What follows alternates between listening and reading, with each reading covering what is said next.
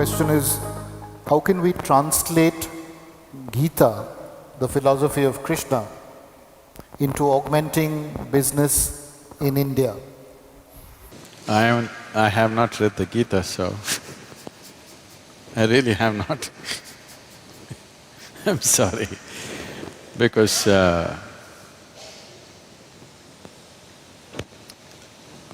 for me,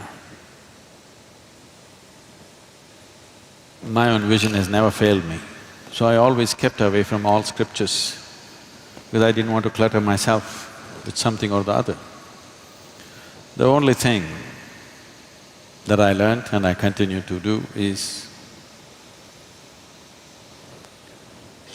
if I look at something, if I look at a person, I know their past, present and future. That is the level of attention I'm paying to them. I don't look at like this. When I look at it completely, with all that I have. If you pay enough attention, there is nothing that will not yield. So I never had any reason or need to go looking for scriptures or something. With all respect and regard for them, it is not that I'm averse to it, it's just that I've not had the time.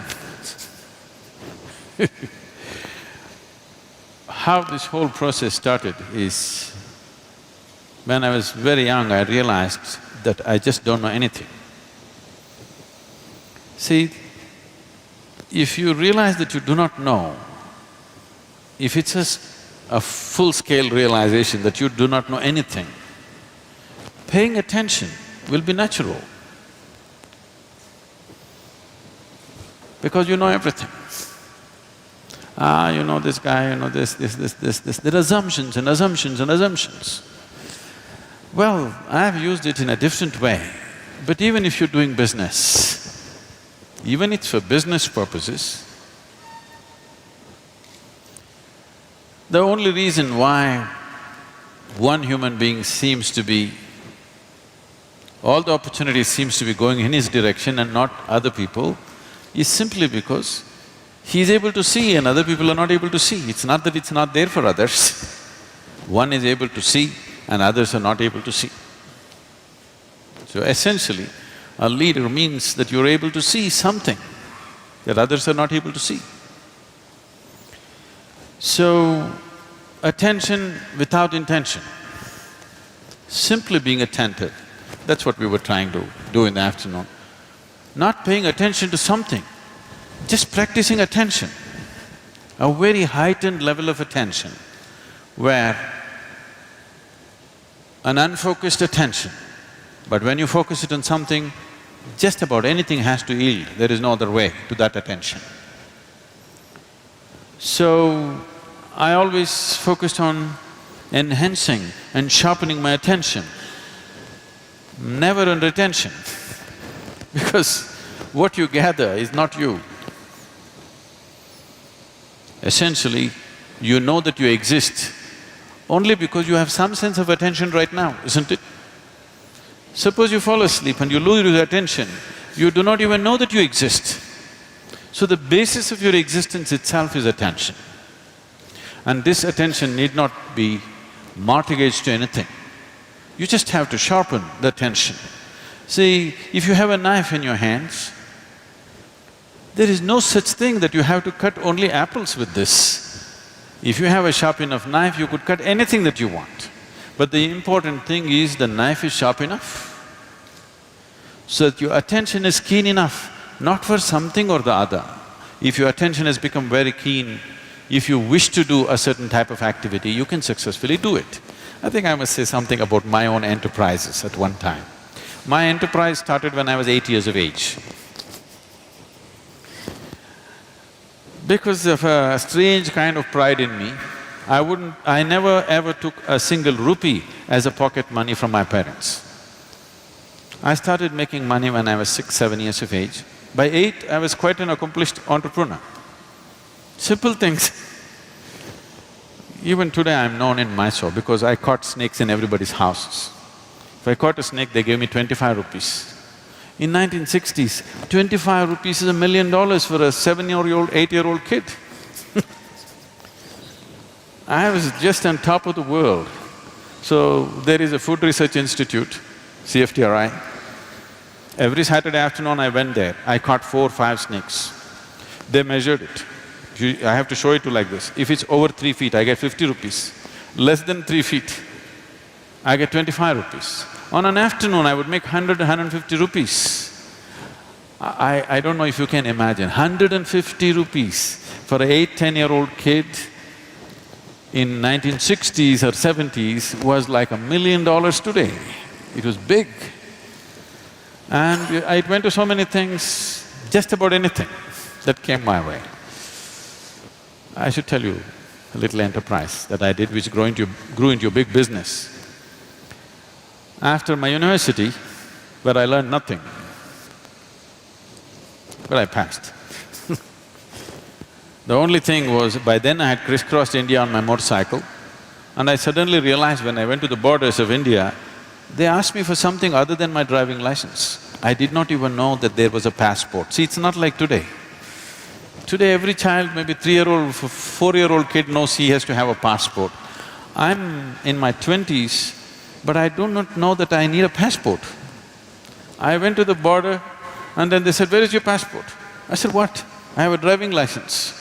They said, "No, you need a passport." Then I turned back from Nepal border and came back on my motorcycle. So my only dream was, I'm going to just ride across the world. So I wanted to do something, I started kind of farming, commercial farming. I was making money. I thought I will do for 2 years and leave. But in the meantime, my entrepreneurship took off in so many different ways. Like this I went about. And then there was an industry coming up close by, they wanted to build a water treatment plant.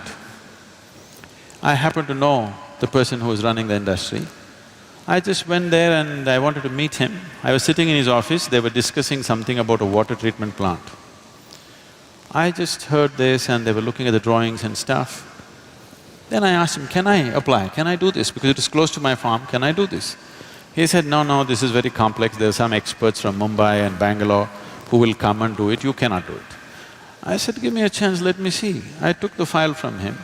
I went and read through everything. Then I went back to him after 3 days and said, "I can do this." He said, "Don't you do this, you're my friend. I don't want to do this."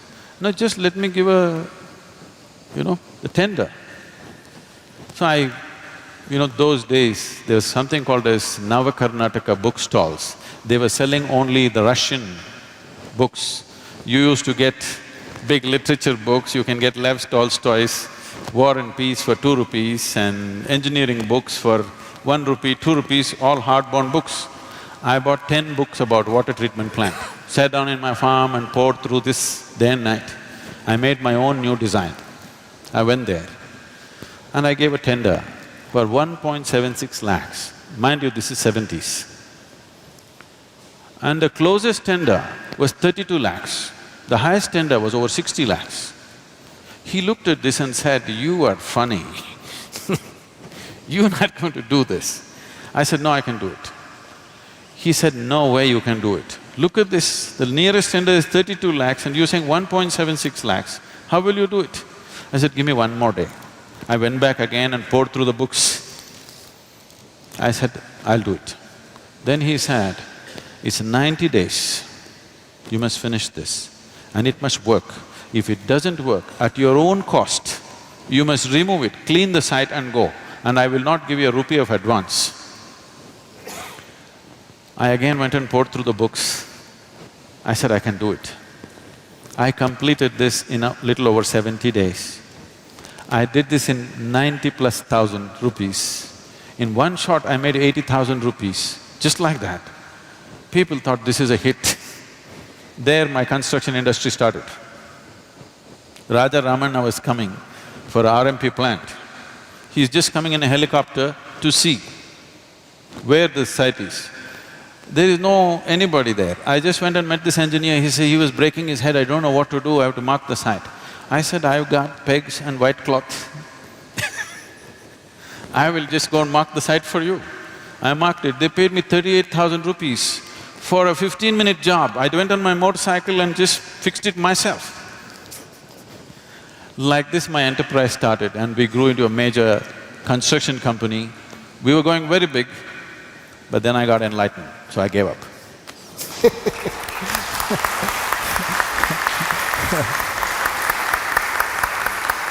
Thank you Sadhguru for sharing that story. Thank you, Professor. We kind of absolutely run out of time, otherwise we could have continued for another half an hour at least. Thank you for being an attentive audience.